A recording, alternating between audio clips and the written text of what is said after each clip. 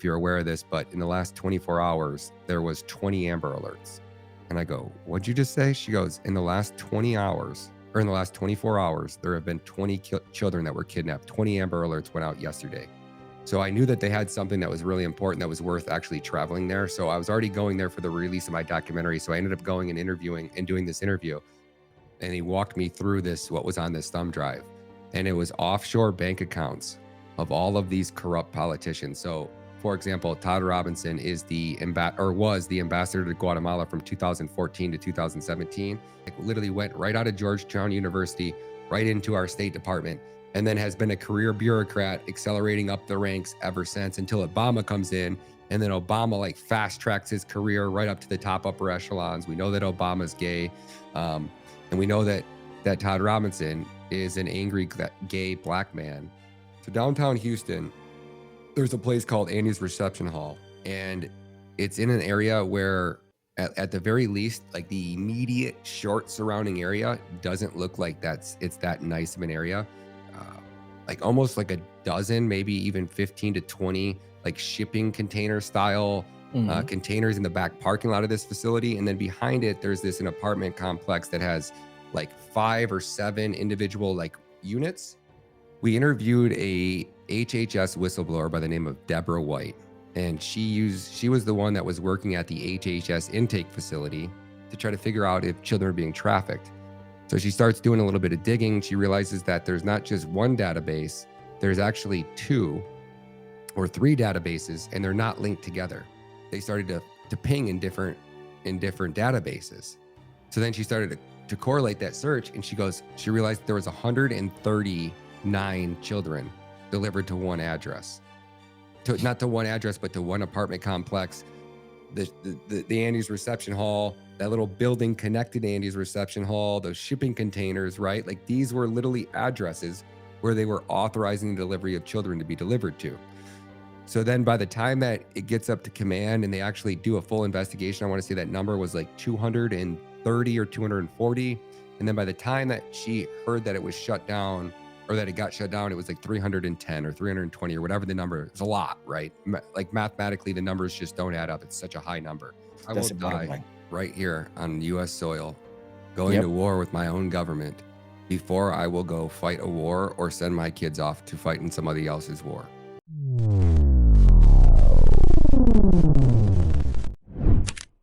Right. Welcome to the Xray Podcast. I'm your host, Julio, and today's guest is a magnificent person. I mean, he's a documentary filmmaker. He's had his own show on Rumble and on X. And I welcome today Ryan Matta. Ryan, how you doing? Man, it's an honor to be here, brother. Thank you so much for having me. All right, man. You're welcome. You can follow Ryan Matta on X and also on Rumble. You have your show. You have your show daily or twice a week. As long as I'm in town, it's every day, Monday through Friday, and I have the weekends off. So, all right, that's awesome. Hey, we're gonna jump right into it because I know this is a hot topic, and I watched the documentary, all of them. You did with JJ Carroll. You did hashtag treason, hashtag invaded, hashtag traffic, and also you did by yourself Operation Amber Alert, mhm. and also Amber Alert America and Guatemala. And you say you have another one coming up on Guatemala as well, right? Yeah, this one's going to be Operation Amber Alert Regime Change. So it's going to focus on how the United States government goes into third world countries and overthrows governments and topples regimes and installs puppet politicians that do the bidding of the CIA. It's going to focus on Guatemala because Guatemala is the case that's actually happening right now, currently, that you can actually dive into and see playing out in real time. But it's also going to focus on all the other countries, Venezuela, Syria, Brazil, and all these other countries that the United States government's been involved in toppling their government. Man, I mean, this is sound like a movie. I was thinking about it yesterday, and I was like, man, sounds like a Jason Bourne mixed with the Mission Impossible, mixed with uh, what was that movie with?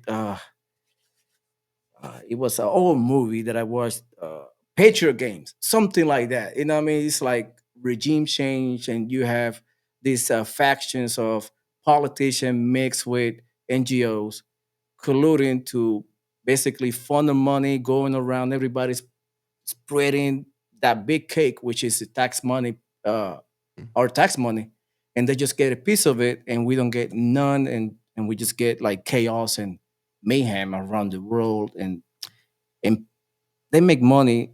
They make so much money on these, I would say, treason acts. They make so much money out of it. I mean, families are broken. Kids become missing. They bring in drugs. They bring in uh, famine to different countries, and this is insane. I mean, to be honest with you, this is crazy. But let's talk on Guatemala. Uh, just quick overview. Can you give me a quick overview on what's going on in Guatemala and why Guatemala become an epicenter of your documentary? Yeah, so let's start from the beginning, right? The United States government is the largest child trafficker and human trafficker in modern history. There's not even a second best. The United States government, uh, via their policy decisions and directly because of the politicians in Washington, D.C., and the decisions that they've made to open our border and leave it wide open. This isn't left versus right. This is the entire United States government. So I want to be very clear on that. Over the last 4 years, the United States government has facilitated and created an environment where 452,121 migrant children, these are children between the ages of 0 and 17, and they've arrived at our border. So when a child arrives at the United States southern border, what that means is the second that that child steps foot on USA soil, if they are not with a parent, they then become property of the United States government. The last thing you want your child to be is property of the United States government. Now, because of the policies that Alejandro Mayorkas has created and that Xavier Becerra has created now. Alejandro Mayorkas is director of DHS, or was the director of DHS under the Biden administration. So he was the director of the Department of Homeland Security. He creates this quasi public private partnership with the Mexican cartels. And then HHS director Xavier Becerra and the director of ORR, Robin Marcos, create this public-private partnership with these NGOs, and together, this quasi-public-private partnership turns America into the child trafficking capital of the world. But you're going to ask how? So, in a normal trafficking situation, when we talk about trafficking children, there's two really dangerous parts of the journey for a child trafficker. The second most dangerous is bringing the merchandise across the border, and the first most dangerous is actually delivering that merchandise to a buyer in America. Now, this system that our government has created, this quasi public private partnership, what we're seeing now is we're seeing cartels branding their merchandise. And by branding it, I mean taking a child and writing on his arm with permanent marker a name, a phone number, and an address before that child's delivered to a Border Patrol agent. Or they'll safety pin a phone number. They'll literally draw on marker on a sheet of paper and they'll safety pin it to the kid's shirt. Or they'll put it in a little plastic baggie and put it in his back pocket or in his book bag. Or they'll put it on a lanyard, and they literally just toss these kids over the border wall, or they hand them over to some random adult and they say, hey, we need you. Here's $10. We need you to walk this child to the border. Or, hey, here's $25. We need you to say that you just found this child in the, along the riverbank, and you didn't want to leave him there, so you brought him here to the border. However, the kids are getting to the border. They're getting to the border. When they're arriving at the border, they're branded. So because of this quasi public-private partnership and the policy decisions, Alejandro Mayorkas and HHS's policy is that when a Border Patrol agent receives a child, if there's any information on that child that's quote unquote a relative or a sponsor, then Border Patrol agent's job, mandatory, is to put that information into the child's file as a sponsor. So basically, if the cartels can pre-tag their merchandise and brand it, that means that information is going to get put into the child's file.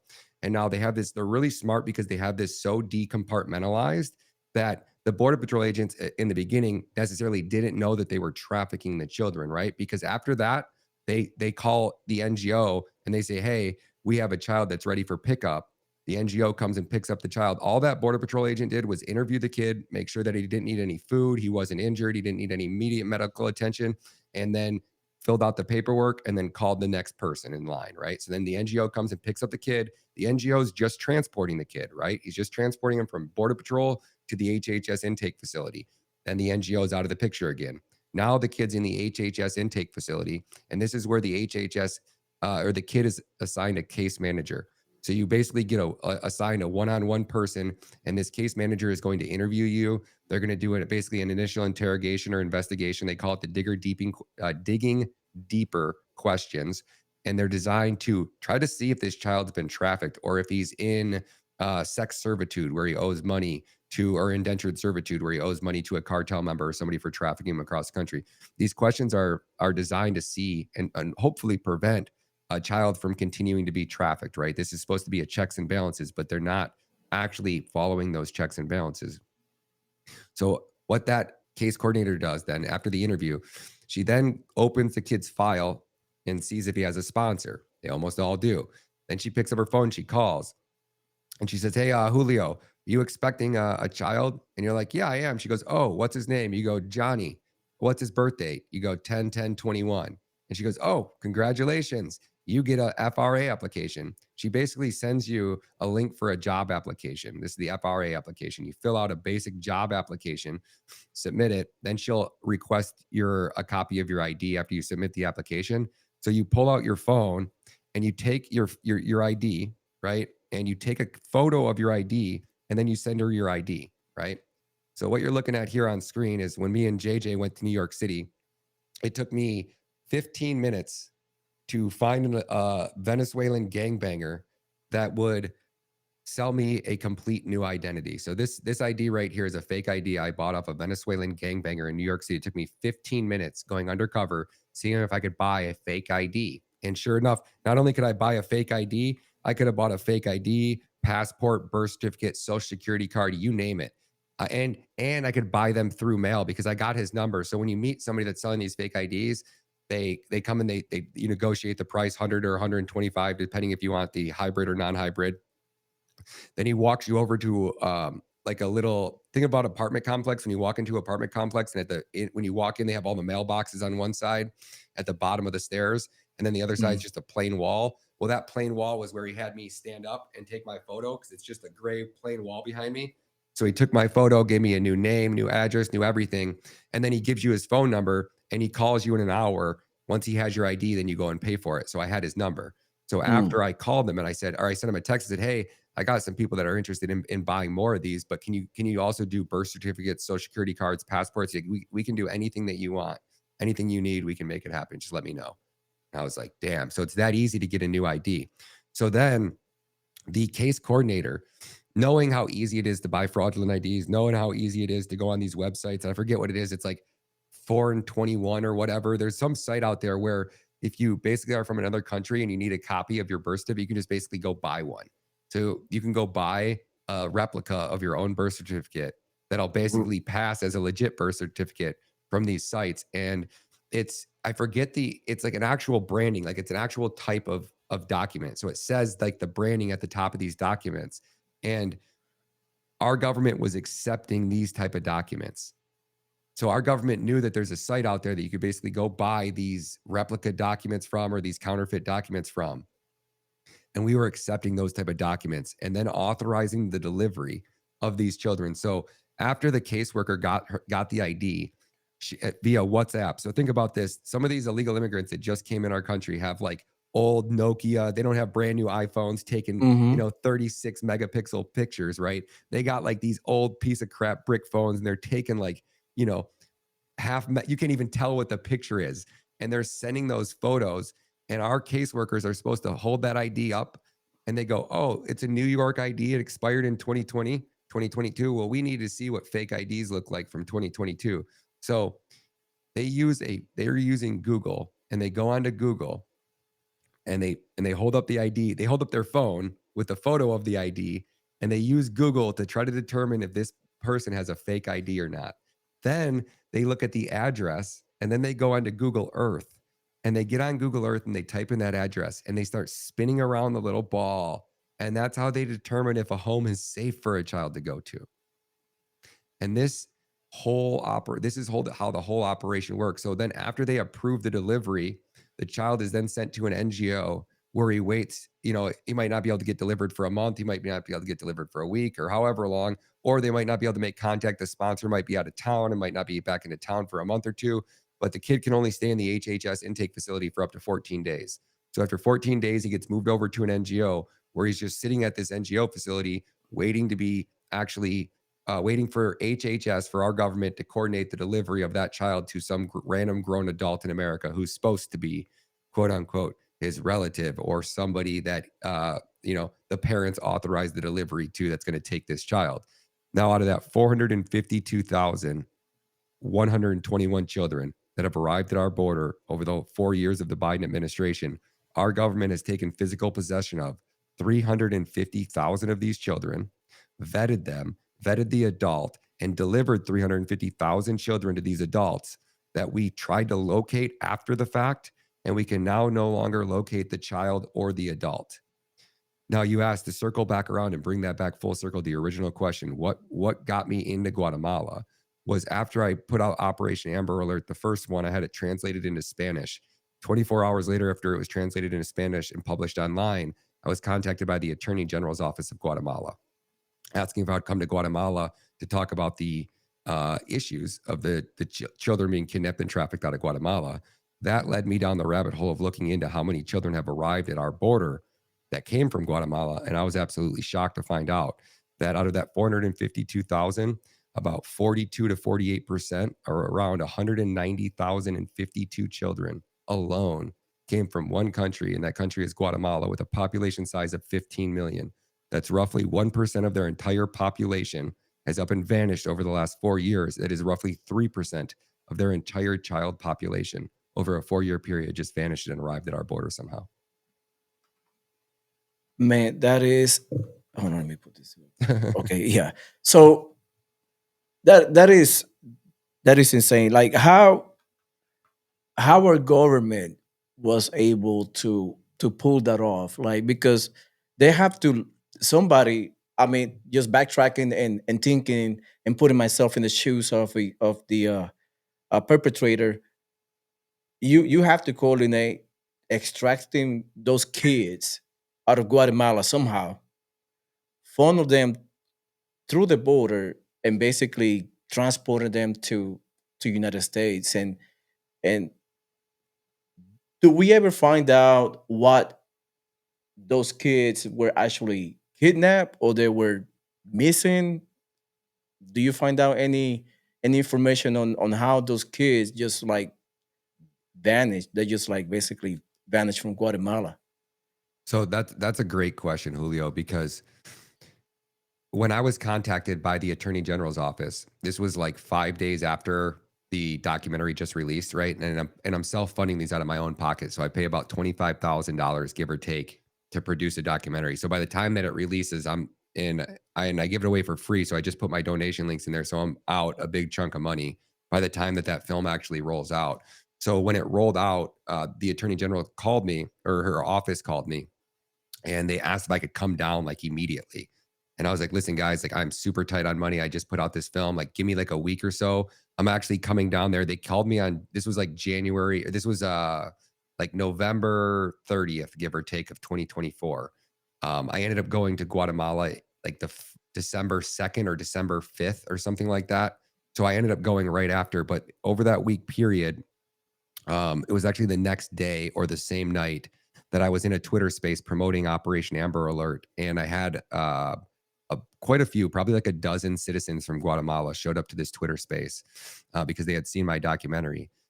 And one of them got a mic, and she was like, Ryan, listen, we need you to come to Guatemala. Can you please come? I'm not sure if you're aware of this, but in the last 24 hours, there was 20 Amber Alerts. And I go, what'd you just say? She goes, in the last 20 hours, or in the last 24 hours, there have been 20 children that were kidnapped. 20 Amber Alerts went out yesterday. Then the next day it was 24. The next day it was like 19. So on average, I'm looking at a country where there's roughly 20 children per day getting kidnapped. And those are the ones that are openly admitted to, right? Now, you also talk about a country where a lot of these children speak Haitian dialects or speak some type of Spanish dialect that, doesn't even resemble English, that there's almost not even a Google Translator app for. They're they live in villages where the mom might make $1.50 a day if she's lucky, if she can even find a job, if there's even anything she can do or sell. And that's good money for them, $1.50 a day, right? So it's not uncommon for these wives in these villages to have, 6, 7, 8 kids. So when somebody comes to the village and they say, "Hey, listen, we can take your 13-year-old daughter. She can be this nanny. We can get her this good job. She's going to make $6 an hour. She's going to come to America. She's going to do this, this, and that." They literally think their daughter is going to be Elon Musk rich. Like that they're $6 an hour. We're working for $1.50 a day. Do you know how much in one day you could make enough? Our daughter could make enough to feed our family for the next 2 months, 6 months, 8 months. And the trapper goes, "Well, and we'll give you guys, a $500 upfront deposit or whatever it is." Either way, they get the daughter out of that village, or they're willing to just sell their daughter for $500, just flat up, because or for a couple $1,000. Would you, if a couple $1,000 can feed, your family of 7 for the next 2 years, would you be willing to part with one of your children so that the other 7 don't starve? It's so effed up. And as an American, you'd say absolutely not. But put yourself in that position when you have 7, 8 total starving children, and one of them can go work and save the others. I don't know. It's a tough thing. So there's no simple answer for how are all these children being abducted or acquired in the first place. But your main question is, how do you get that many children out of a country, right? You don't just randomly, you might randomly get 1, 2, maybe 100, maybe 500 a year, 1,000 a year out of a country if you have all the smuggling routes and the traffickers and the ins and outs. I mean, these are human bodies. They talk, they're big. It's not like it's Right. like some drugs where you can conceal them inside of a tire and put it on a car and drive it across the border. These are humans. These are living, breathing things that need care and can't be stuck in a box for 4 days at a time. Or, you know what I'm saying? It's just like Right. they need some type of accommodation. So it's, how do you get 190,000 children out of a country? And the only logical conclusion is you would have to have compromised government officials on every level, all the way from the upper echelons, from the president of the country, or at the very least, the heads of the military, the National Guard, the Border Patrol. You would have to have corrupt officials and cartel members and install people in every rung along the way, all the way to the absolute bottom. That's the only way.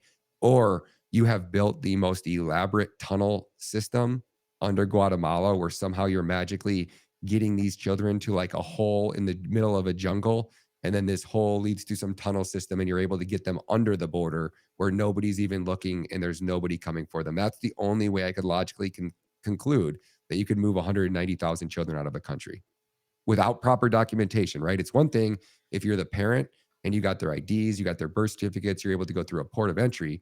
But I don't know. I was just looking at the map for Guatemala. Does Guatemala even connect directly to Mexico?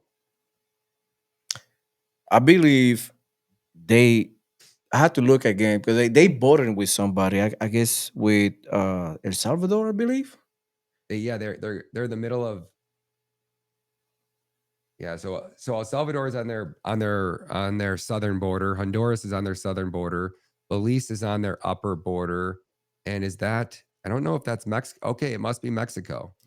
So Yeah, probably so it does border to Mexico. Okay, so they only have to cross one border. I was just curious if they had to go across multiple borders. yeah. So most likely they embedded with the cartels. I mean, the cartels from Guatemala with the cartels or of in Mexico. And so it is it is for me it is very incredible how you can smuggle basically 50,000 kids a year. Mhm. That's a lot. That's a lot of kids to move. That's a lot of body to move from one place to another every year or every single day. 'Cause Yeah. that's What's the math on that per day?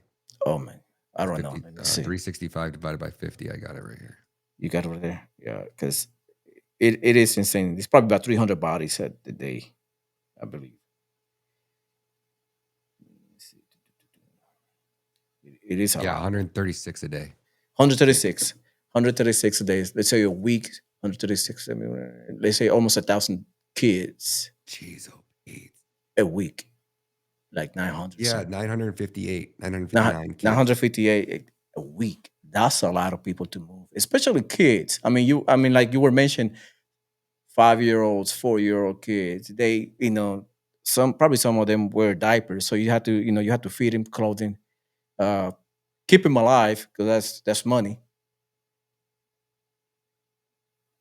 I don't know. It is.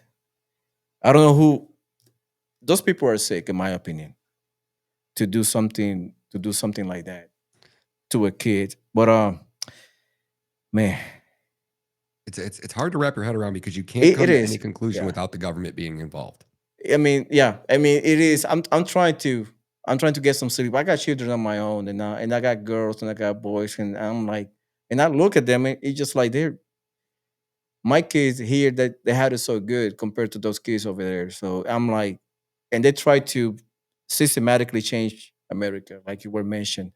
Obama said it 2010, 2011. He mentioned it that he want to transform America fundamentally, and and this plan been on the works for a long time. I don't know if you remember Alex Jones back way mentioning that they're going to use the Walmart as a concentration camps, and now the NGOs were using Walmart to holding up kids to basically traffic kids from one place to another and holding kids in those camp in those Walmarts. It is insane. I was looking at yesterday and I was like, man, he was right on that one. I was the first one to drone those facilities. Oh, you were the first one who drone it. Hmm. I That broke is that insane. story. I was the one who broke that story almost 3 years ago. Wow. And wow, No, yeah, 2020, 2022, 2023, early 2023. So sorry, almost 2 years ago. Yeah, it would have been about 2 years ago, almost to the day. Yeah, it was sometime in April or May of 2023 that I drone those facilities. in your documentary, coming back to the documentary, how do you end up, like you mentioned in the documentary, you ended up with a thumb drive with a lot of information. How you end up with that documents? So that was actually after my documentary, right? So after my documentary released, I went to Guatemala, right? And this is where once in Guatemala, I was I was given a no, so this is so after I was in Guatemala, the Attorney General's office gave me internal documents, and these documents were the communications that the Attorney General had sent to the United States government. So these are letters to Ken Paxton, letters to James Comer, the House Oversight Committee, Director Chris Wray, Merrick Garland, and these were letters were requesting information on the ongoing investigations that they had into the trafficking of children in Guatemala and the weaponization of U.S. aid and the State Department against officials in Guatemala, right? Um, so in the process of my documentary releasing out, I became pretty well known and respected in Guatemala for journalism because they don't have any journalists that basically aren't bought off in Guatemala by USAID money. So they're pretty much the entire media establishment, influencers, TikTokers, they're all captured by the USAID money, I guess if you call it that. And so there's so many people because it's so corrupt in Guatemala and the cartels basically run everything that people have a ton of intel. But even with that intel, they can't go to the authorities because they don't trust the authorities. The Attorney General's office is the only legit law organization inside Guatemala that's not rotted to the core. So, long story short, I can't really even describe the environment I was in where I got that, but I was doing, I guess I would just say I was doing an interview and the person that I went out to interview told me that they had something really important, but they couldn't talk about it over the phone. But if I came back to Guatemala to interview them and I knew who these people were and how high up they were at one point in society and how well connected they were. So I knew that they had something that was really important that was worth actually traveling there. So I was already going there for the release of my documentary. So I ended up going and interviewing and doing this interview. And after the interview, I was sat down at a computer and he walked me through this, what was on this thumb drive. And it was offshore bank accounts of all of these corrupt politicians. So, for example, Todd Robinson is was the ambassador to Guatemala from 2014 to 2017. This man was basically a State Department puppet from the day that he graduated from Georgetown University. He like literally went right out of Georgetown University right into our State Department, and then has been a career bureaucrat accelerating up the ranks ever since until Obama comes in. And then Obama like fast tracks his career right up to the top upper echelons. We know that Obama's gay. And we know that Todd Robinson is an angry gay black man who has been accused of raping children in Guatemala. So on this thumb drive, I had Todd Robinson's offshore bank accounts. I had Thelma Aldena's offshore bank accounts. And these are, State Department employees. You're talking about when Todd Robinson started, his salary was probably 50,000 a year, maybe 70,000 a year. Maybe even when he left, it was probably $225,000 a year. How does a man like that have millions, and I mean millions of dollars in offshore bank accounts? Why would you need offshore bank accounts? If you're the top narcotics cop of the world, why do you need offshore bank accounts? If you're Todd Robinson and you're the ambassador of the United States, why do you need offshore bank accounts? Thelma Aldana, the attorney general, and back when she was the attorney general, right? The attorney generals in Guatemala would make like 30 grand a year. And I think they're up to like 50 grand a year now. So it ain't much. It ain't big money, right? Thelma Aldana's offshore bank accounts have millions of dollars in them. Not just offshore bank accounts. She has stock exchange accounts in America on like the NASDAQ, where she's got like $500,000 worth of securities, $300,000 worth of bonds, $200,000 worth of these stocks. These are in American stock markets. She's now has a warrant out for arrest in Guatemala. She's a fugitive. She's fled to America and she's being protected by our State Department. She was in the White House campaigning for Kamala Harris. We have an international fugitive who should be on Interpol, but because of our CIA and our State Department, they have removed these terrorists, these international terrorists from this Interpol registry so that they can be protected in the United States and claim basically asylum. That's insane. So this is where it gets crazy, right? Not only did I get their offshore bank account records, I got an internal, what was a now declassified document. At one time, it looked like it was classified. Somebody inside the government ordered an investigation into Todd Robinson. And looking back, hold on one second.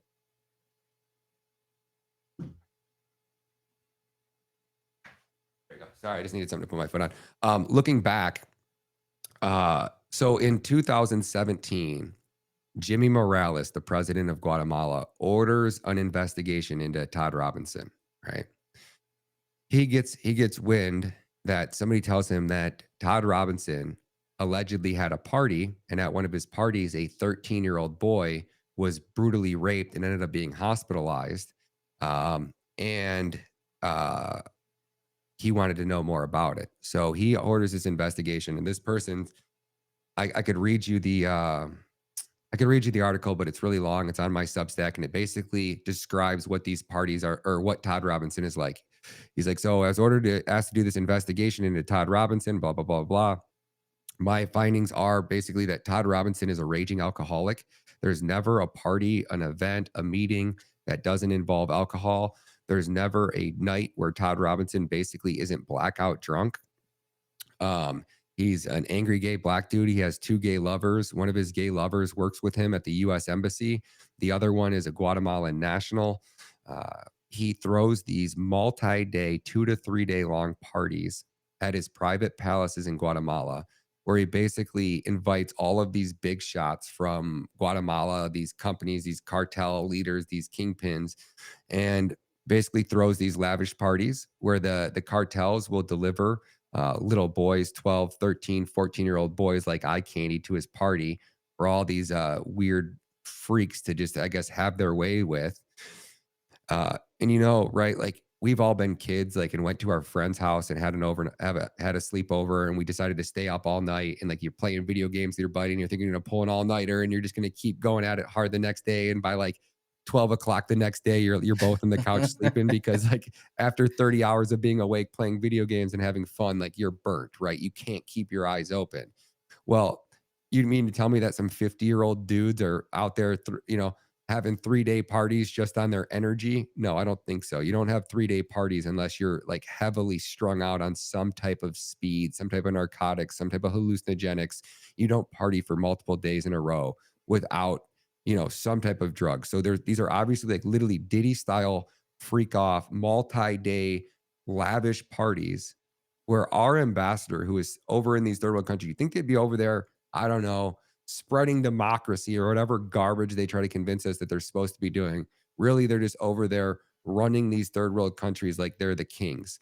So, because of USAID and how powerful the United States government is in these third world countries, for example, let's take Guatemala. When USAID goes into a country, they set up their initial branch as just basically like a front organization for the CIA. This is how they launder all their money and they create NGOs that carry out their agenda.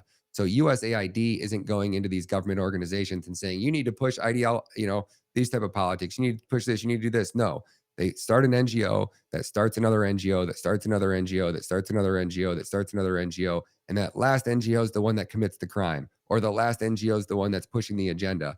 And that way, the NGOs are structured like an offshore bank account where you put money in 5 different countries and you move money from bank to bank to bank to bank to bank to different country to different country. So that way, when somebody like the United States government needs a warrant, it's very hard to get a warrant and track that money through 5 or 6 different countries, right? Especially when you go through like the Bahamas where they have, all these laws and privacy protection and things into place to protect the money launderers. It's almost impossible when USAID wants to commit crimes and they want to do something, they use the same type of structure. They give one order to an NGO that gives an order to another NGO that gives an order to another NGO, right? So it's really like you don't know who's calling the shots. And even that last NGO that's actually carrying out or doing the agenda, they might not even know that the orders were even coming from USAID, right? You know what I'm saying? So and now what they do, right? So the second key NGO is the National Endowment for Democracy, NED. NED acts like the staffing arm for USAID or the CIA. So they'll post a job posting saying, we need a Guatemalan national that fits all this criteria. College degree, well educated, grew up, lived in Guatemala for the last 15 years, speaks fluent English and Spanish, has 5,000 followers on TikTok, whatever the criteria is that they need you to meet, they find that person, they bring them in. Now, once they find you, they're either going to blackmail you, they're going to bribe you, or you're just going to corrupt and you just want power and they're going to offer you power. Then they take that person and they find a media outlet that's failing. They go to the media outlet. They go, we know you're going under, but we really like what you do. We really like the content and the message that you're putting out. We're willing to make a substantial donation to keep your organization running, but we get to pick the 6 p.m., 7 p.m., 9 p.m. time slot, prime time slots with our anchors. Then they start installing all their news anchors. Next thing you know, you got the largest media companies in Guatemala that are under control of USAID. Then they use that media company to amplify the politicians that'll do their bidding, and they use it to attack the politicians that won't do their bidding. So now picture that over a 20-year, 30, 40-year period, that much control, that much power. How many politicians have they installed? Well, let's use Guatemala for an example. They've taken over all 5 seats on the Electoral College. They've taken over most local judges. They've taken over almost 50%, or at least the majority, because they don't have just 2 parties. They have 3 or 4 parties. So once one party gets 33% of the majority, then they control the voting block for that country, if that makes sense. So we're looking at Guatemala. The only thing left standing at this point, they'd even installed the politician, right? The president of Guatemala, Bernard Alvaro, which you'll see in my next documentary that's coming out in 2 weeks, exactly how they rigged this election and installed Bernard Alvaro. So the only thing left standing is the attorney general of Guatemala. Now, right now, the current president is on a warpath with this attorney general. Our State Department, our CIA, USAID was all on a warpath to take down this attorney general because she's the only one that has the ability to investigate the election fraud. She's the only one with the authority to investigate the child trafficking allegations. And she's the only one that can save that country. If this president is able to remove her from power, you will watch Guatemala collapse and turn into just literally a third world hellhole, probably one of the most deadliest countries in Latin America, probably in less than 6 to 12 months. It is fascinating, the story of the president, because on the documentary that you filmed on Guatemala, you mentioned that the president was on number 8, I believe, on the standing Yeah. of, like, on the primaries, I will say, and all of a sudden ended up being a president, basically the biggest comeback since Trump in modern politics. Can you explain just a little bit? Because I know it's a lot to unpack. Can you explain a little bit how how this guy was a number 8, was a nobody, ended up being the president of Guatemala? This guy was such a nobody that like 99% of their population had never heard of this man before. He was a member of Congress who didn't show up for like 33% of the votes. So when you're in Congress in Guatemala, your pay is based off of how often you show up. So a lot of the members of Congress want to show up for their votes because they need the money and it's important or whatever. This guy just like literally just wouldn't show up. So like he was never in a controversial vote. He was never the tiebreaker vote. Most people never even knew this guy existed. He's in 8th place in the polls in the primaries, and then nobody's ever heard of this guy. And then somehow magically he comes out as the front runner, wins the primaries. What's really interesting about how they rigged these primaries. Um, so there's only a few of us. So I don't want to say anything right now about this, but there's the fraud that I'll just say this, the fraud that everybody's looking into as far as the main election, I think Hmm. that when they start to go back and look at the primaries, you're going to start to find out that there was other companies that were involved that ended up closing up shop right after the primaries. Literally the contract ends the day after the primaries finished. So that means when you start to look at companies that are involved in the election software going into the actual final election, the company that was involved in the primaries is not involved in the final election. This company just magically dissolved. It's really weird. So there was two companies that were basically involved in the election process for the first round of the elections, and at the final round there was just one. And there's a lot more to this story. Somebody, it's hard to explain it because I can't say too much without getting the source that Right. that has this information and putting them in a bad position. So I don't want to say too much, but yeah, the elections were rigged. The primaries were rigged, in my personal opinion. But I can prove without a shadow of a doubt that the final election was rigged. 95 point, I think it's like 28. It's definitely 95% of the ballots that were cast were fraudulent, incomplete, or illegible, meaning that you have an election and you're filling out ballots. These ballots have to be filled out in a specific order, right? You know, if you don't put your name on a ballot or you don't sign your ballot doesn't count, right? Like that's just a rule, right? If you have to sign a ballot and that's the rule and you don't sign it, well, then your ballot is considered void and should be voided out, right? Like there's just these are the rules. If you don't follow the rules, so their elections are same day, in person, paper ballots, and they're automatically uploaded to a cloud, right? So that everybody can see them in real Mm. time. They're supposed to be like right after these things, these ballots are cast, they get fed into this machine. So they're paper ballots, they get dropped into a table. The table is where they're getting counted. After they're counted, they're then put into this machine and they're uploaded into this machine so everybody can see the ballots from each one of the precincts. So you can see exactly, what the tally votes were, how many ballots were cast, how many people voted, and they put these online for everybody to see. So that's how we were able to go back through and we're able to look at these ballots and we're going, okay, here's the 14 steps and the criteria that they're supposed to follow. Here's what the ballot looks like. Okay. And you can just go by them one through one through one through one and one. And you can actually depict how many are fraudulent or how many are not complete. And it was 95.28%. Now, according to Guatemalan election laws, the Supreme Court the Electoral College, right? The 5 members of the Electoral College, they're the ones that certify the election. So after all the precincts do their tallying, they send these ballots off to the Electoral College for the final certification of the election. They're supposed to go back through and verify that all of these documents are complete, that none are void. If they're void, they're supposed to count them up and put them into a separate pile. If more than 33% of the votes are considered void or fraudulent, they're supposed to call for an immediate, like basically like a rerun of that election. They don't go they don't go all the way back to the Oh, they might go all the way back to the frickin' primaries. and put all of the candidates back in and redo that same election. Now, the really shady part is of this too is that they disqualified one of like the number one front runners from running in this election based off of some type of technicality. Like he didn't submit some type of paperwork in time, which was it was a total BS. But they got this guy off the ballot. That's who would have most likely, if there was a free and fair election and no outside interference, that person would have won the election. But yeah, so that's basically it, man. It is incredible how, now that you mentioned like how they operate and how they do stuff over there.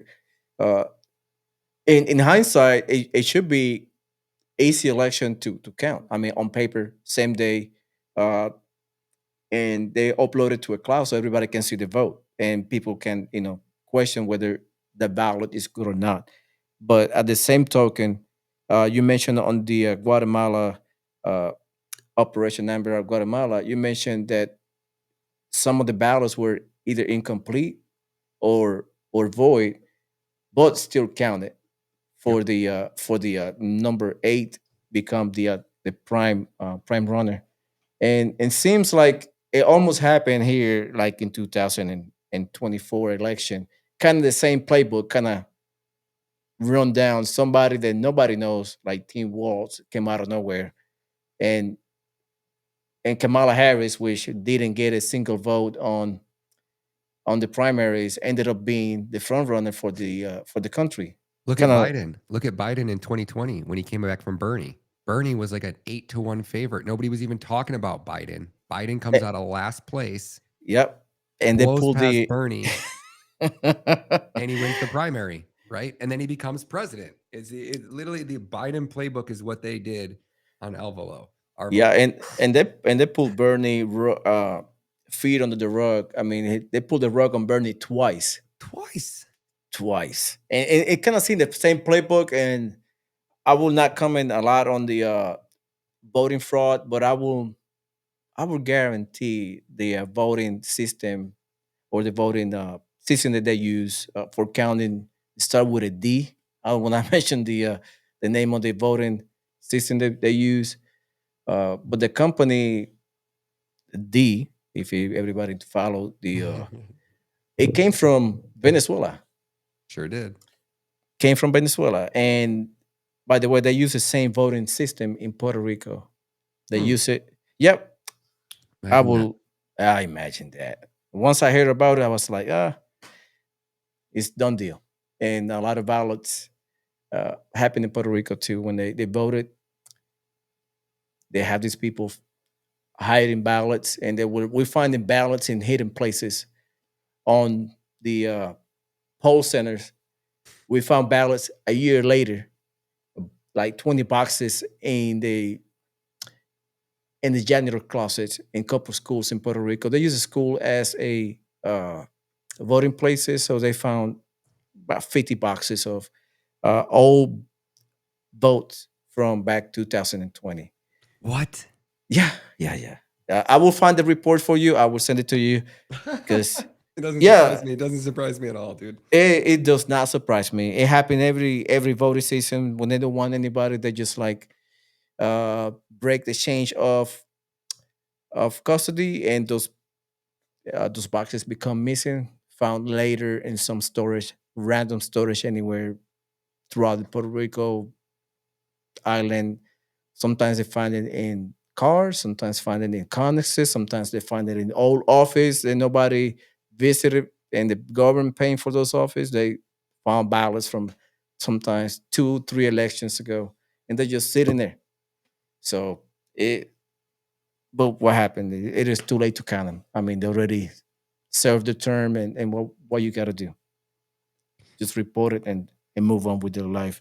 But one more question.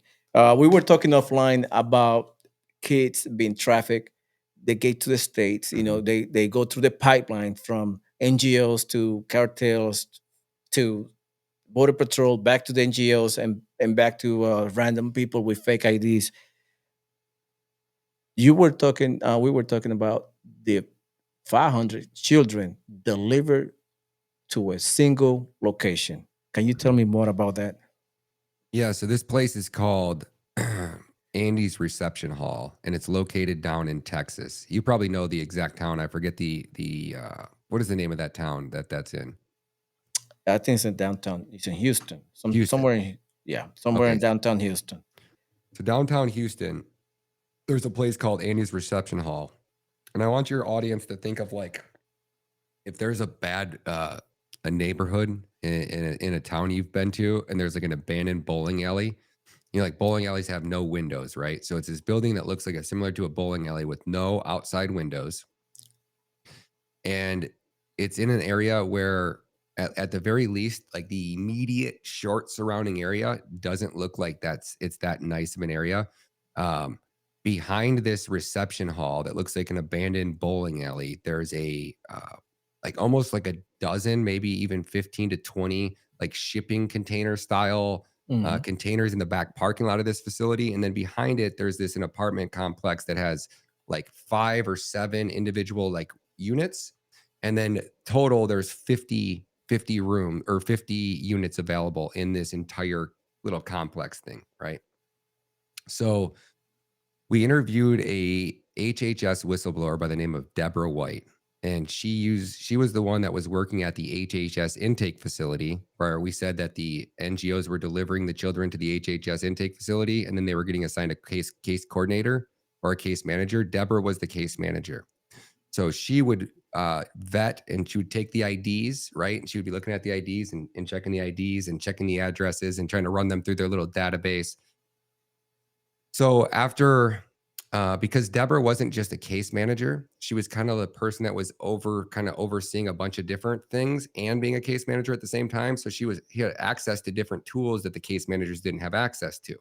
So when she would come back to being a case manager, she started to use and realize she had these extra resources she would kind of use to try to figure out if children are being trafficked. So she starts doing a little bit of digging. She realizes that there's not just one database, there's actually 2 or 3 databases, and they're not linked together. So basically, she could go and cross reference a name and run it through these different databases or addresses, for example, and they started to ping in different databases.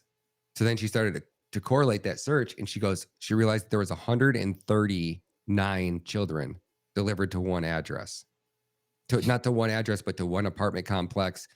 The Andy's reception hall, that little building connected to Andy's reception hall, those shipping containers, right? Like these were literally addresses where they were authorizing the delivery of children to be delivered to. So then by the time that it gets up to command and they actually do a full investigation, I want to say that number was like 230 or 240. And then by the time that she heard that it was shut down or that it got shut down, it was like 310 or 320 or whatever the number. It's a lot, right? Like mathematically, the numbers just don't add up. It's such a high number. Just talked to Deb not too long ago, and Deb said the last she heard that number was up over 500. So even after we've reported this, already was made it, and they just didn't stop it. They just kept delivering the most vulnerable children in the world that we know are being trafficked to a location that's known for trafficking children. And that it looks so bad that you wouldn't let your kid go. Like if your kid's like, "Hey, Dad, can I go play at Johnny's house?" You're like, "Yeah, where does Johnny live?" You're like, "Oh, these apartments over next to Andy's reception hall." You're like, "No, no, not happening. Sorry, not going." Hmm. Like I'm not letting my kid go and hang out in that environment. I don't care. I'm not even gonna let him go hang out there if I was with him, right? Like, no. So that's what it looks like from the outside. How is it possible that our government did that or does that? So that's just it's it's so corrupt, it's so obvious, it's so bizarre that we're even having this conversation. Like I've made 3 documentaries, 4 technically total, but 3 specifically on the child trafficking. We have Right. whistleblowers, we have testimony, we have victims, we have everything they need to go start kicking in doors and raiding these facilities and finding these children. But as of today, 92 days into the Trump administration, not one child, not one, has been rescued. That that is bad. I mean, and I was thinking about the same thing. Like, once I finished the documentary last night, I was thinking why the Congress is not subpoena Todd Robinson, all the CEO of the NGOs, because they know who they are, like Yep. Christian, the Jews, whatever. They build like 20 different NGOs, but they know the CEOs. They Yep. know where the money goes to. So why are they not subpoena to Congress and making appear to Congress to testify on why they trafficking kids without proper vetting, and why they sending 500 children to one single location? Why Congress is not doing what they're supposed to do?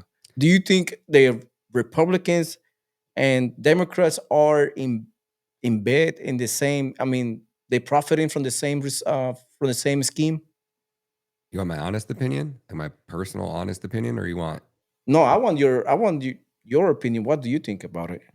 I think Israel, right, has our politicians on film fucking children.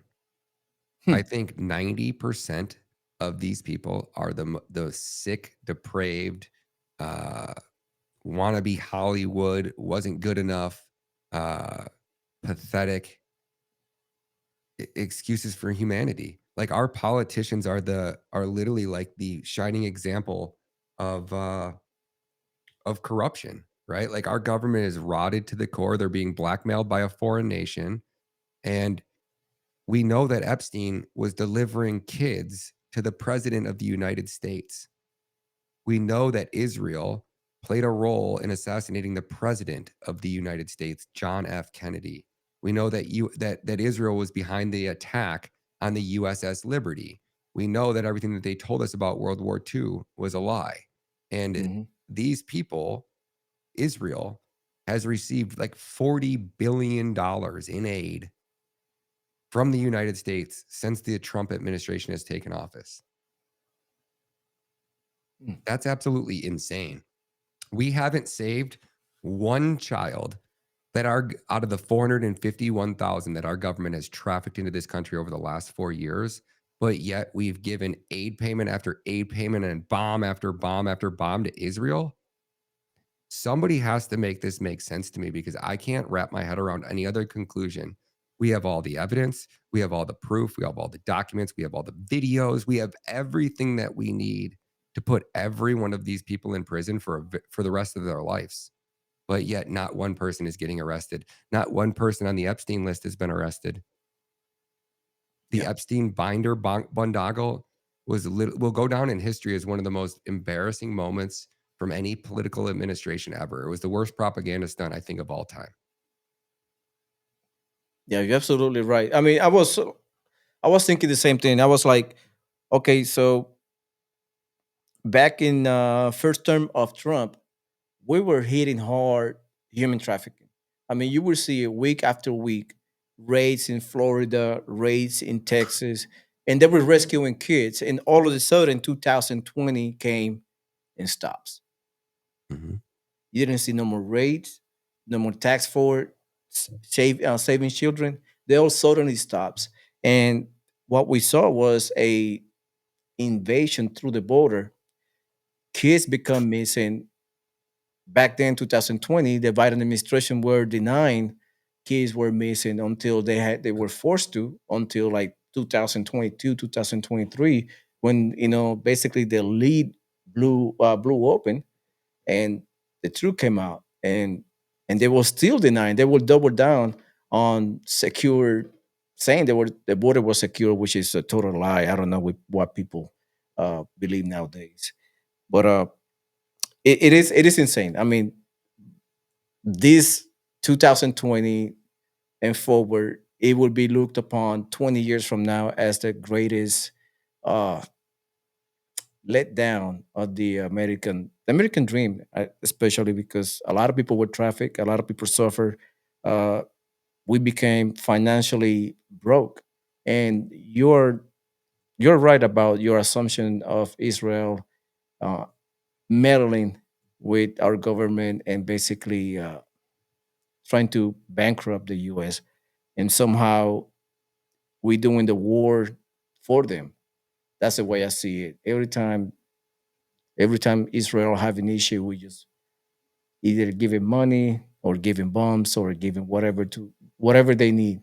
And Me, I'm against war. I mean, I've been through war, and I don't want to go there anymore. But I'm not fighting for anybody's country anymore. I'm just fighting for my family. That's I will the bottom die line. right here on US soil, going to Yep, war with my own government before I will go fight a war or send my kids off to fight in somebody else's war. The wars are absolutely. the United States involvement in wars is over, in my personal opinion. We're done. I mean, they don't really need us anymore because it's just like, let's see how many drones and, like we don't need to send people now. It's going to be robots and it's going to be drones. And it's just like, we're getting to a point now where it's just like, okay, this has to end, right? Hmm. Like, you mean to tell me that Palantir, they have these death hornets now, these kill bees.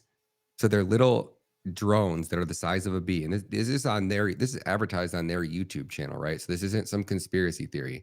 These are little bees that can land on your head and put a dot right through your skull. Dead, kill you. Just one shot. All the bee has to do is just land on your forehead, shoots one right through your head, you're dead. That easy, right? So we have these little insects that could be flying around, right?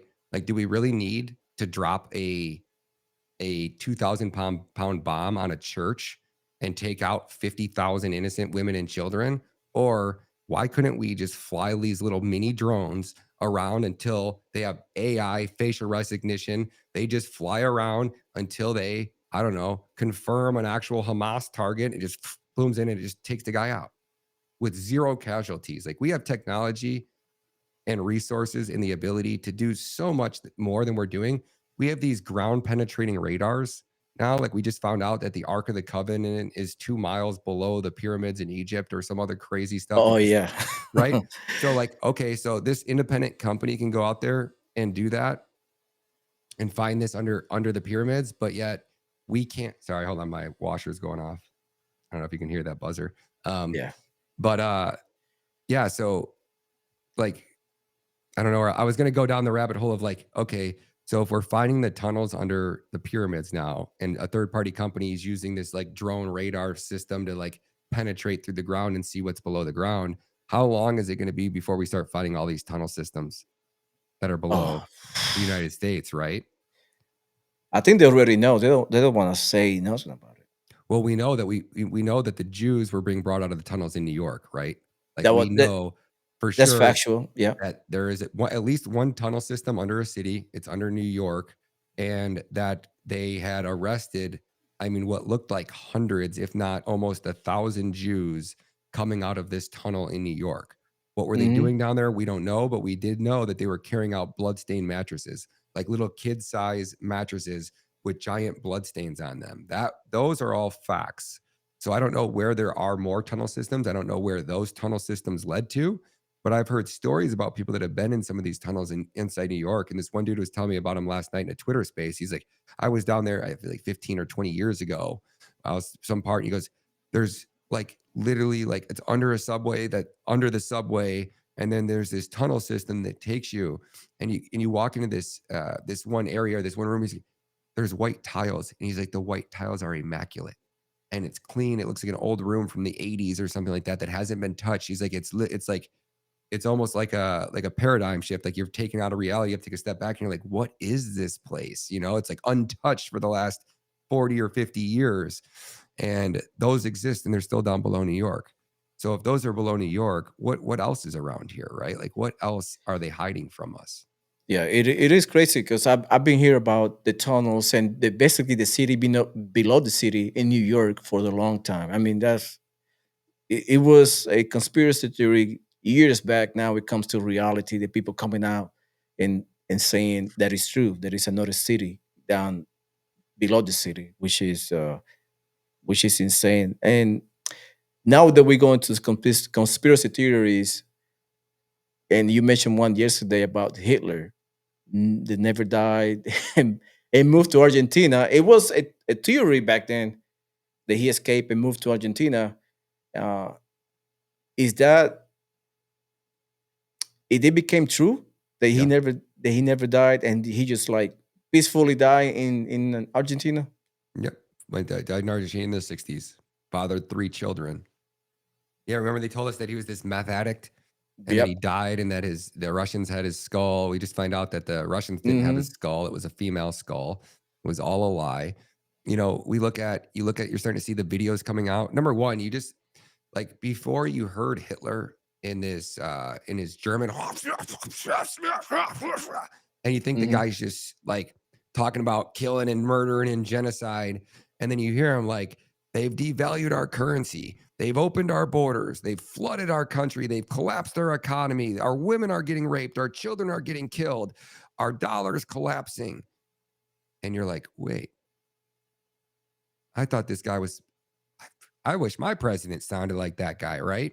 And then you start to go into it a little bit more and you start to go, wait, okay, there were babies being born in Auschwitz. Wait, you mean to tell me that the Red Cross documented some odd million childbirths in concentration camps? So you mean to tell me the man that's exterminating the Jews has created an environment where they're going to be given birth, where they can have sex, where they can procreate? You mean to tell me that? And then I'm watching videos and there's freaking pools and they're playing soccer and they're having fun and they're clean and they're well fed and they're sewing. And I'm looking at it going, that's not what I learned in history. And you go, then you start to dig in a little deeper and you go, everything they told us was a gosh damn lie. You start to get into the body counts right now. I'm just new to the whole Israel and like digging into World War II. So I'm kind of just reciting some stuff that people that I feel have are very knowledgeable on the subject. But you start looking into the body counts, right? So they say that 6 million Jews were burnt in ovens and gassed in these gas chambers. Well, you start to look into the gas chambers and you're like, wait, they were using some type of like cyanide gas in Right. these in wooden gas chambers in wood. And then you realize that like, so when if you were to have like a legit gas chamber, the chimneys on those gas chambers have to be some odd like 140 feet tall, because if they're any less than that, when the smoke billows out and the stuff starts to come down, if somebody were to like even touch the grass, they would die, right?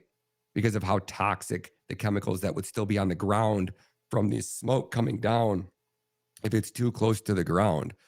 And then you start talking about like the chemicals and how this gas turns like the walls blue or some type of color. And you look at the gas chambers and there's none of this stuff on there. So you go, okay. And then you think about too, like if you wanted to exterminate that many people, would you really be having them strip naked, get into these gas chambers, and then after the fact, there would have been a bunch of dead bodies on the ground inside the chamber. Somebody would have had to go pick them up.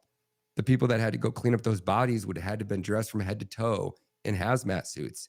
Because Mm. if they would have been carrying one of the bodies and a breath would have came out of the mouth of the body and they would have breathed in any of that gas, they would have died, right? So there, like, nothing about it makes sense. And then you start getting into the numbers, and then you realize that the Red Cross was documenting and recording all of these deaths, right? And their numbers are about 271,000. That's roughly how many Jews died in captivity in Germany, is 271,000.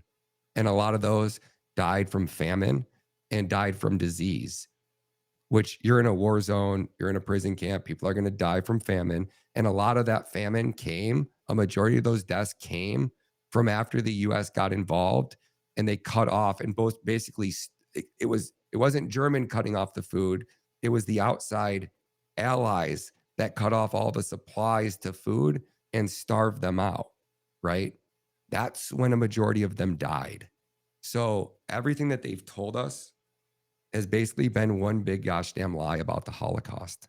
And as fucked up as that is, it's like you can't question it, you can't talk about it, you can't bring it up, or you are just ostracized, you're kicked offline, you're called an anti-Semite, and all of these crazy conspiracy theories. But when you actually start to look into it, and Stu Peters just posted a video yesterday.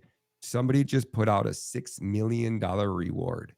If anybody watching this can prove that 6 million Jews died in the Holocaust and were cooked in gas chambers, there is a $6 million reward out there right now by some company that's willing to pay it. So take Mm. that for what it is. If it's so true and it happened and there's all this overwhelming amount of proof for it, Show us. Because the next question is, where do you bury 6,000 bodies? You definitely couldn't burn that many. If you were burning 6 million bodies, you'd have to be burning like some odd thousands of bodies a day. It's like mathematically, it's not even freaking possible. So where would the bodies be? Oh, they'd be buried in those mass graves, right? That's what they told us. They told us that all those bodies were buried in those mass graves. And you go, and I think it was some company used ground penetrating radar yet again. No bodies down there. And then again, the Red Cross has their records, and there's no records of those deaths ever taking place. And you can also see I think it started at like 1 million, and then it went to 3 million, and then it was 6 million. And now it's just kind of like 6 million is their number. That that is wild. That's honestly that is wild because I somebody gave me a documentary about the same thing, how the Jews created the the banking system, Mm-hmm. and how they use the banking system to dethrone or to capture their financial freedom of the country, and basically make them slave of the back of the financial system that they build. You know, the Federal Reserve to be one example of it.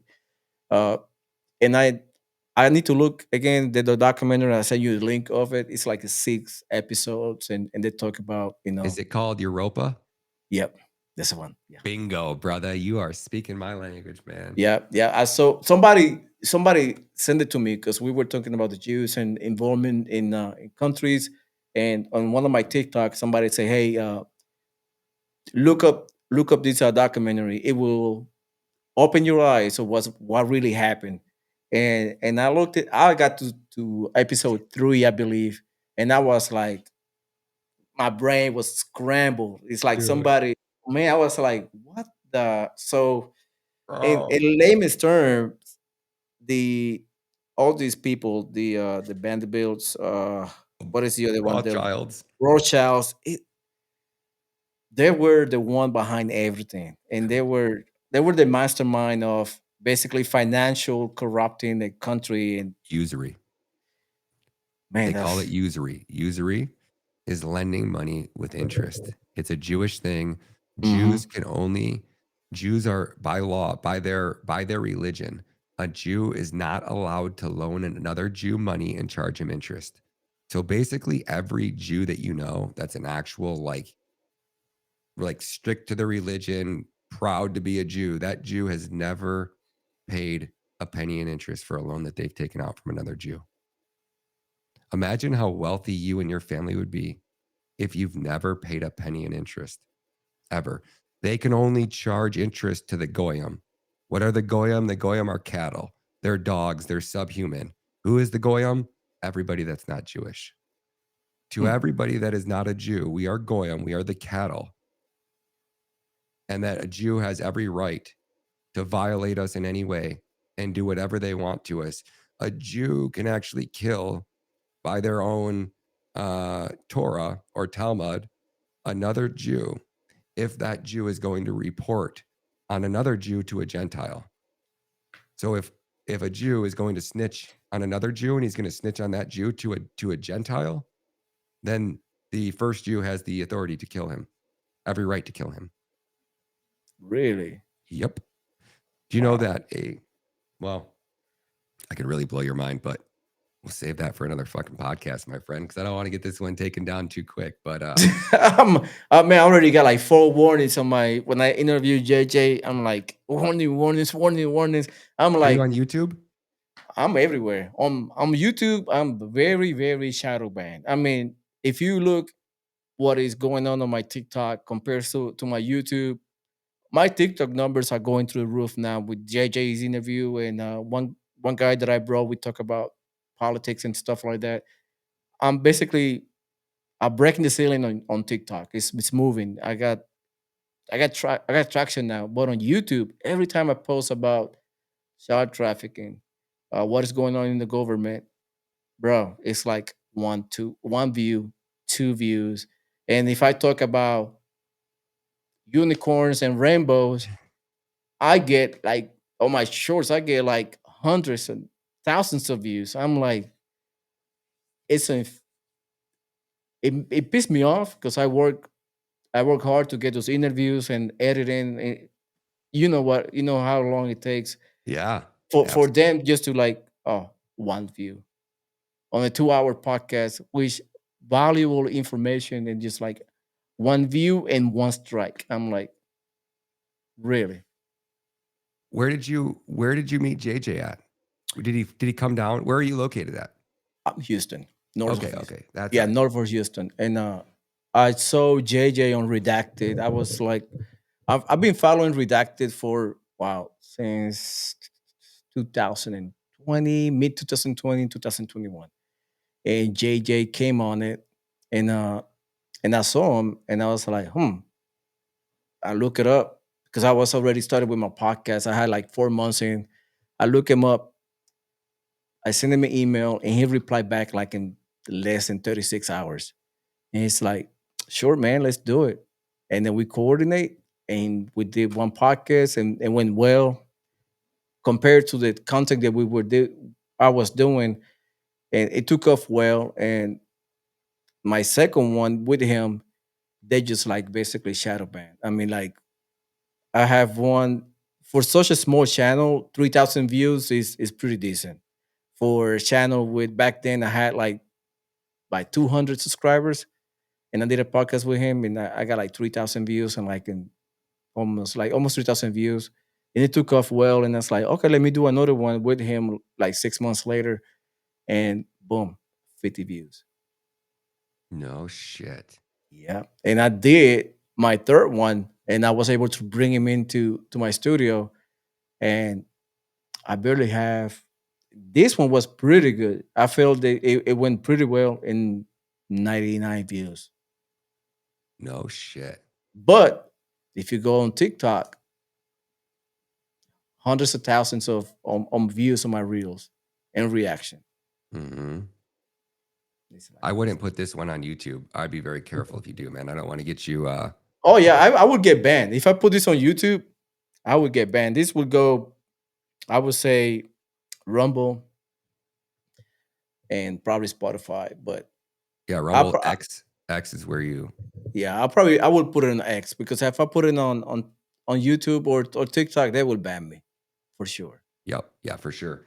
Yeah, they will No, buy.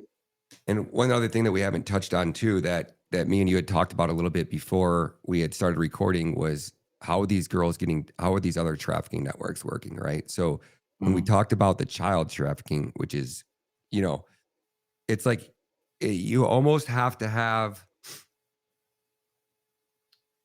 So it's like human trafficking and child trafficking are a little bit different, right? Because when you talk about human trafficking, you can actually get the humans, the adults, to move themselves, right? You can get them to basically self traffic, if you will, or voluntarily traffic. So there's a huge, massive industry for what's called sex tourism. So sex tourism is where you can basically go to these countries where prostitution is legal. People literally go there with the intention to pay to have sex, right? Yep. So in these countries, right? So you have different pay scales, if you will. So let's just break it down. So we talk about the United States. You're roughly going to pay. We're just talking about for your just average flat rate escort, right? So we just use basic numbers. So roughly, I don't know, $300 to $500 in the United States for an escort at a facility.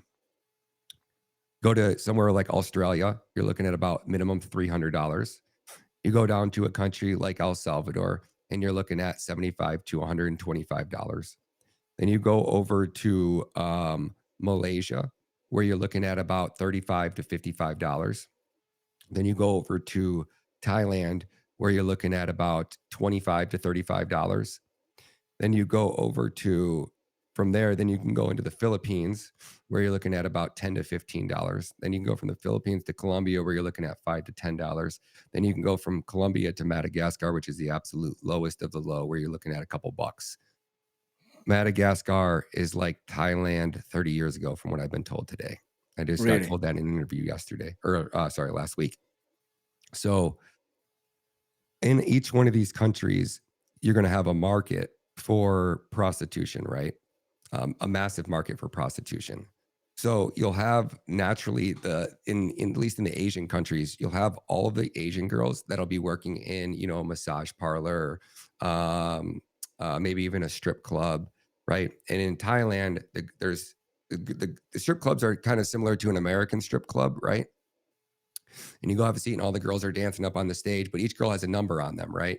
So, then there's waitresses walking around serving drinks. So when the waitress walks around, you can buy a drink and you say, "Hey, I want to talk to girl number 32," right? And they'll get her and she'll come sit down next to you. And then that's when you negotiate. You're talking to her, and you're trying to figure out, what her prices are. Those girls are all legally allowed to work there, right? Like they work for they're an employee at a company, and they're getting paid as an employee, and then they can make their extra by going and leaving with the guys that come in there and get drinks or whatnot. So in in but on the streets, right, is where you're going to start to see a lot of the black girls. Now the black girls, obviously, most of them, probably 99.99999% were not born in Thailand. They're not native to Thailand, right? They're there on some type of visa. A lot of these girls are from countries like Tanzania, uh, Nigeria, uh, Kuwait, just anywhere basically in Africa, or any one of these countries where there's a bunch of girls that have come from these dirt poor villages that have absolutely nothing. Most of them don't have a cell phone, grew up in a village without a cell phone, no laptop, no access to internet, or if the access was to the internet, might be at like a school computer or like a local library where they could go there for a few hours and maybe kind of play around and see some things. But they're completely like, this world that we live in with technology and cars and batteries and cell phones and chargers and power banks, this is all completely new to these people, right? Imagine never even filling out a job application and trying to apply to get a visa in some third world country, right? Imagine that. It would be like if I tried to get like, and this is me in El Salvador with Google Translate, all of the resources I need, my friends who speak Spanish, my personal assistant who's from El Salvador. And it's taken me a day just to figure out how to go to it and get like a tax ID number. And it was a Mm. nightmare. It was so hard and confusing. I couldn't imagine how hard it would be for some of these girls, right? So somebody shows up in their village and they say, "Hey, you've been eating rice for the last 5 years. You probably skipped 5 meals last week because you just couldn't afford to eat, or where there was no food for you to eat. Um, your family hasn't eaten. Your parents can't feed themselves. Your mom's sick. We have this opportunity for you. So we have these packages. If you're willing to, sometimes they're open. A lot of the girls that I talked to were like, yeah, they were honest with us. They said we're gonna go fuck dudes, and we can earn a lot of money. And they basically said, we basically take you. So we'll help you. We'll buy your plane ticket, roughly 1,500 to probably 2,000. We'll help you get your visa paperwork all figured out. We'll come over. We'll fill out all the paperwork. We'll have you submit the documents. We'll take those documents. We'll turn them in. Once they're approved, we'll get your visa. We'll pick you up. We'll take you to the airport. We'll travel with, because there's probably a group of them. We'll travel with you. When we get to Thailand, we're going to put you up. We're going to pay for your first month's rent. We're going to pay for your food and stuff along and everything you need while you travel. But once you get there, you're responsible to earn your own money. And we're going to take a percentage of it, right? Right. So once they get into Thailand, all right, you guys are good to go. But we're going to do what? We're going to hold your passport. And in order to renew your visa next month, you need your passport. So you're going to have to come back and see us, right? So every day, right? Every week, you owe the madam their cut, right? Some of the girls, some madams are worse than others. Some madams make the girls come home after work every night. They strip search them. They take every money all the money that they had, and they leave them enough to get a breakfast in the morning and an Uber back to work the next day. And that's all the Mm. money. You'll see this interview that I'm going to put out, because I got one of the girls, one of my friends actually speaks Tanzanian. When I went to Thailand, I met one of my good buddies who's one of my OG friends from the crypto days when I had my Bitcoin podcast. And he actually moved to Thailand, met his girlfriend, and his girlfriend introduced me to this girl, one of her friends. And then she's from Tanzania and she speaks the language natively and English. So she was kind of helping. Little English isn't the greatest, but it's enough to just help me out. And she got one of these girls to come back to my apartment and do a sit down interview with me. And when you hear this girl's story, it's like, I don't know how to say it, heartbreaking. Like, just the word just doesn't do it justice, because you're watching this poor girl and she is so broken in every way, shape, form possible. You can tell that she doesn't want to be there. But whatever she came from must have been so bad that this poor girl is fucking 2 guys a day just to pay the madam and her card. So she Mm. goes out every day. She's been there for, I want to say she's been there for 45 days. She's never taken a day off work. And there's never been a day that she hasn't been on a date with a different guy. So she's out Wow. there fucking 2 guys a day just to pay the madam what she owes them. And she's only paid off, I think she's paid off $3,000. And I want to say she owes 6 or 7. I'll have to go back through and rewatch the interview again to make sure. But those are roughly the numbers. And I was just like, wait, you've been here for, and I was like, when do you have to renew your visa again? I think she was like in another 45 days. I think she might have had a 90-day visa, or she might even been on a 1-month visa. But it's like, it's insane. I was just thinking like, so you've been here for 45 days and you've only paid off maybe half of your debt. So you're talking about another 45, or if not, maybe even 60 days. Mm-hmm. And then, and listen, and this is the crazy part. She is praying, right? Praying that when she actually pays off that debt, she gets her passport back. Because I have a feeling she's not going to, right?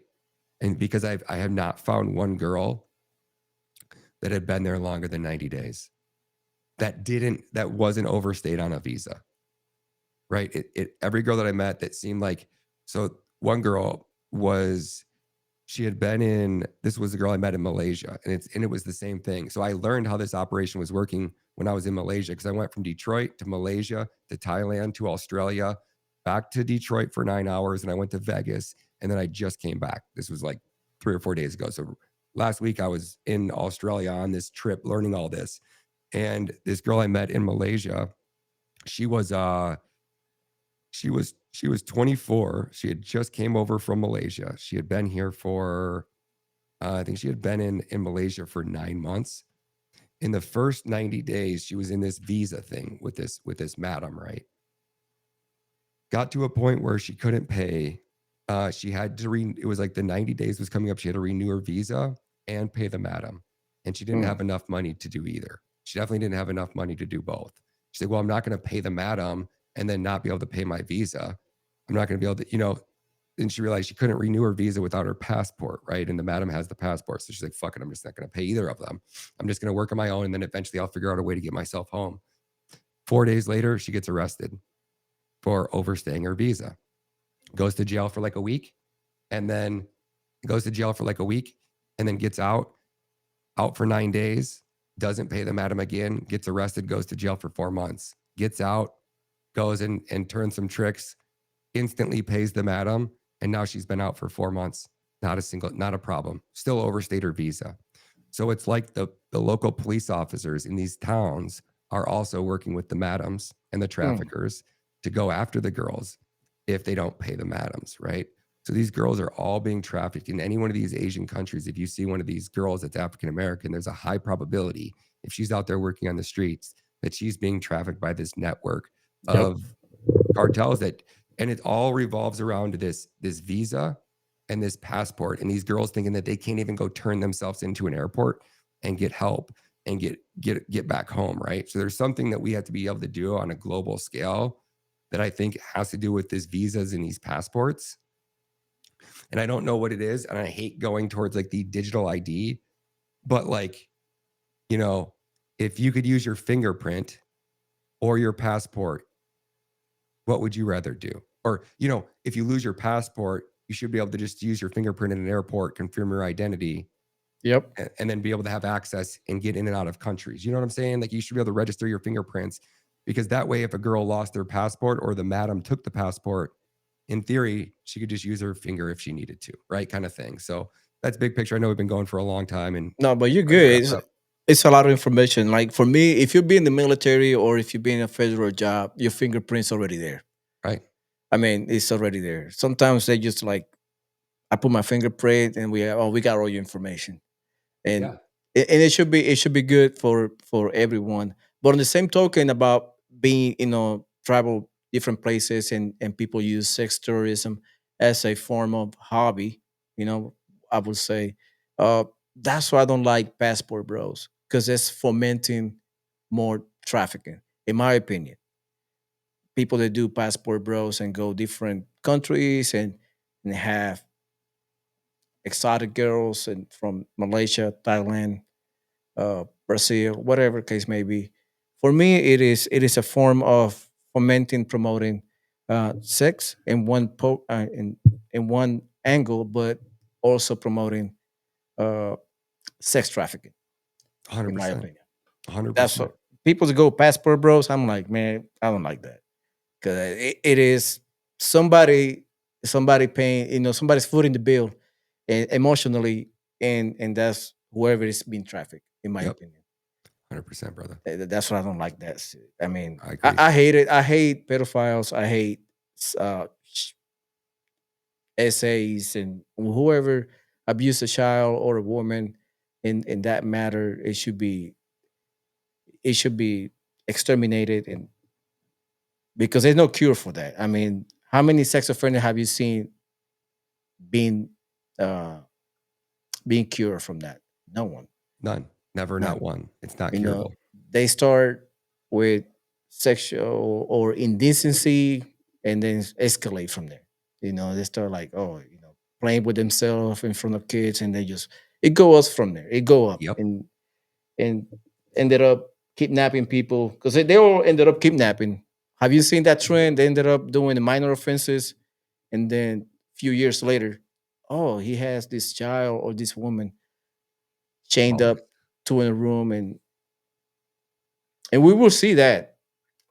And you were right. Most of the kids probably are gone because they probably use them as exporting them. Like JJ told me, they were exporting kids. They had like this video camera going on in a little podium, and they parade the kids, and they were basically bidding like an auction, Mhm. and they were basically paying for the person, put him in the airplane because it happened in the tarmac on the airport, private airport. They put him on the plane in this traffic case that way in private planes to where whoever uh, paid for them, and that was really shocking when he told me that. That was like because I thought that shit happened in movies, like the movie with Liam Neeson Taken, Yep. kind of similar type, Yep. and in all the movies, I believe they're based in reality somehow. Yep. So, and that's bad that it's happened to kids because I mean it's messed up. Little 3-year-old, 4-year-old baby, just a baby. Mhm. Sad. So there's some Fuck. sick people out there, man. Yeah. Well, you're going on X, so I don't get. I will not get banned because if I do it on Yeah, put it on YouTube, X, man. It'd be great. yeah, it would be on X. Probably not much to edit. It would be today or tomorrow this afternoon. Cool. Let me know when you post it. Let me know. My team's going to take it and I'll chop it up and make some shorts out of it and we'll tag you and promote your pages and stuff. All right, man. I'm gonna stop the recording. Let me do a closing real quick. Hey, for you guys are watching this video, thank you so much. I really appreciate it. Don't forget to follow and subscribe. Also follow Ryan. Let me put his handles on the bottom. It's already going through. You follow Ryan at Ryan Matta Media on X and Ryan Matta on Rumble. He got his shows going on every other day at noon. You can go watch his shows. It's pretty good. I've been watching his shows for the last couple of months, and I really appreciate it. Thank you so much. God bless you. Stay safe and goodbye. See you God later. bless you.